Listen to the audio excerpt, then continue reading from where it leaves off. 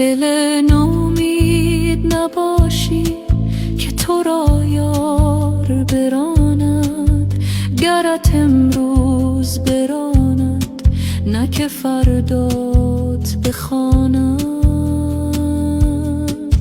در اگر بر تو ببندد مرو و صبر کن آنجا، ز پس صبر تو را او به سر صدر نشاند.